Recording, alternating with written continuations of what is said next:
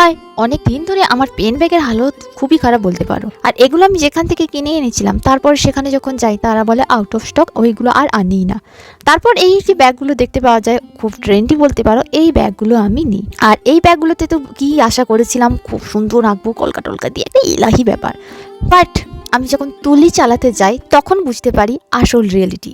এই ব্যাগগুলোতে আঁকা অতটাও চারটিখানি ব্যাপার নয়। তাহলে যতই আঁকছি বারবার টেনে নিচ্ছে, হালকা হয়ে যাচ্ছে, আর সূক্ষ্ম কলকা যেভাবে আমি করি সেইভাবে কিছুতেই করতে পারছি না। আর ওই জন্য ওই একটা আমি পোস্ট দিয়েছিলাম না এবিতে, থ্যাংক ইউ, তোমাদেরকে অনেক ভালোবাসা দিয়েছো তোমরা, অনেক বুদ্ধি দিয়েছো, প্ল্যান দিয়েছো। আমি তো হাল ছেড়ে দেওয়ার পাত্রী নয়, আমি নিজে থেকে একটা বুদ্ধি বের করে আমিও ওই একই কাজ করেছি গো। প্রথমে রেড কালারের এক কোট সুন্দর করে লাগিয়েছি, লাগিয়ে তারপর ভালো করে হেয়ার ড্রায়ার দিয়ে শুকিয়ে নিয়েছি। আর এটা যে দেখতে পাচ্ছ, এটা আমার মার জন্য বানাচ্ছি। মাটা সাদা কালারের ছিল, এটা একটু আমি কালারফুল করার জন্য এইভাবে করছি।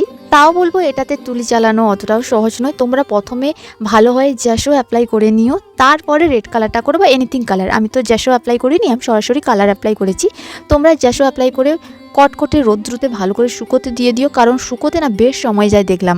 আর যদি সরাসরি রং দিয়ে করো, রং প্রচুর পরিমাণে এরা টানতে থাকে, মানে খেতে থাকে বলতে পারো। শুকিয়ে যাওয়ার পরে টেনশন হচ্ছিল কতটা কি পারবো না পারবো, তাও একটু ভয়ে ভয়ে আমি হাত চালিয়েছি।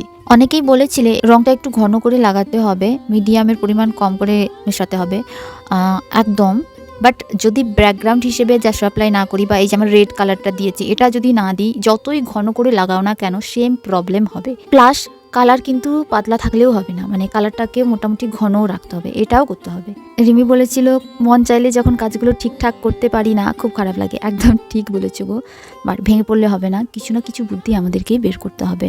বিথিকা বলেছে তুমি যাই করো সব জিনিস সুন্দর হয়ে যায়, তুমি ঠিক পারবে। থ্যাংক ইউ গো, খুব খুব হেল্প করেছে তোমরা।